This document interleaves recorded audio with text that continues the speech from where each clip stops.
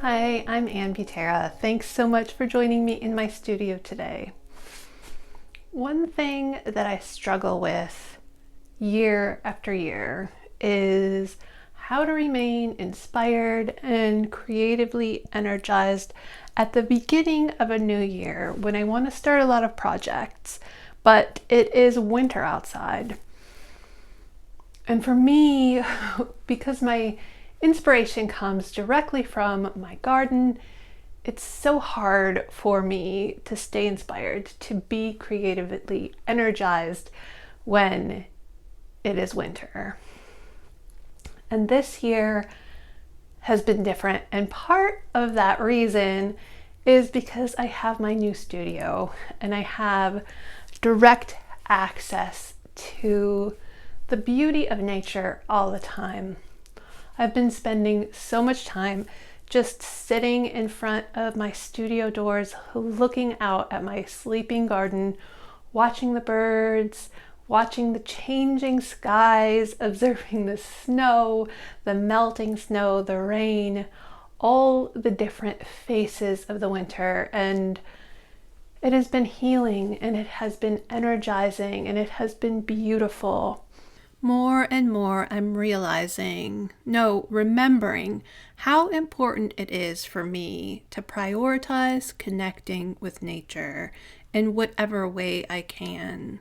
I need to be present, to pay attention, and to honor my place in the wild world, even when it's not so wild. If I forget to make time for this, I struggle personally and creatively.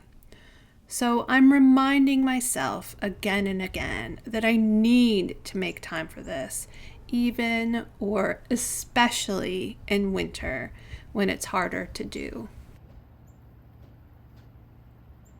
Last year, and even before that, I was struggling a lot with anxiety, with negativity, with depression, and it was hard for me to show up in my art and in my business. And I felt trapped and stagnant, and I'm so grateful that things have shifted. Part of it is that I've been giving myself time to think, to take my time, to write in my journal, to dream, just even to look out at my garden and breathe deep. I mentioned in my last video that I had returned to my sketchbook practice, and since then I have continued with it.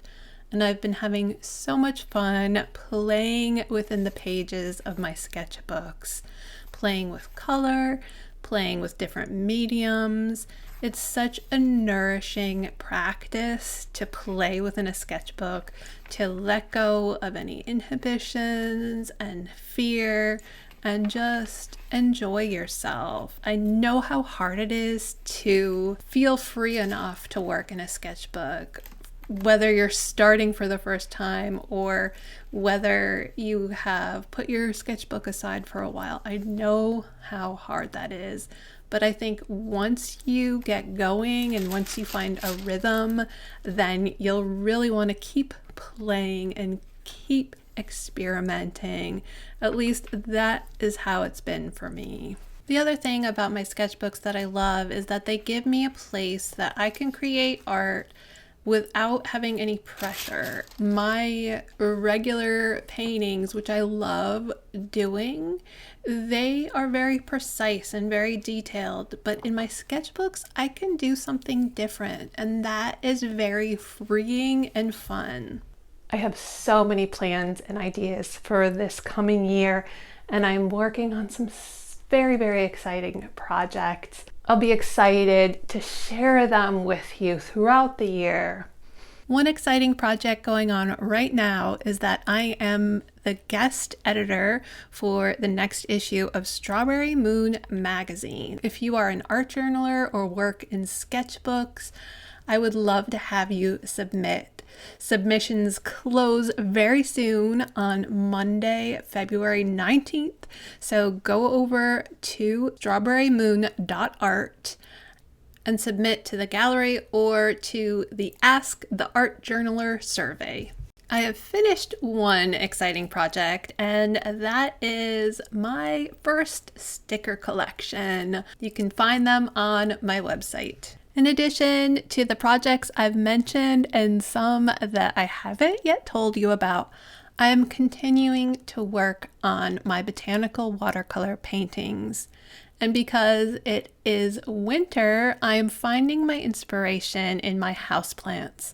Houseplants have been bringing me so much joy this winter. And as you probably saw looking at my studio, I've been adding more and more plants to my space. And it's one of the ways that I get through our long Wisconsin winters. And I've also been making sure that I nurture myself, I take my time, I go slowly with all of my projects. It's been making such a big difference to how I feel.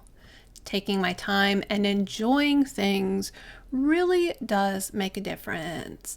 And I've been mentioning in my blog and in my joy letter about how I am working on my projects small bits at a time, how I'm nurturing myself. I create from a place of joy, and I wish for my art and everything I share to bring others joy and encourage you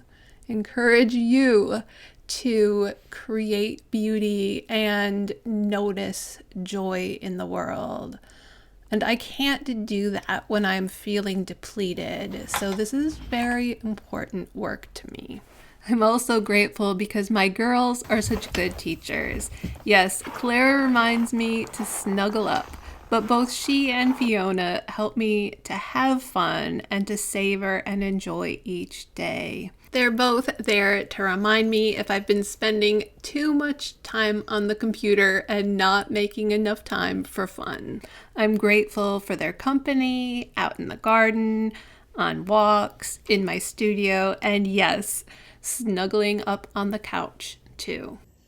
One thing that I have not been doing, as you probably noticed, is making videos for YouTube and showing up in this space. And it's not that I don't love this community and I don't enjoy making videos. I just haven't had the time. So I think it's important for all of us to keep in mind that we only have so much time and we only have so much energy to put into all the different things that we want to do. And we need to be thoughtful and strategic about what we choose to spend our time on and our energy and our focus.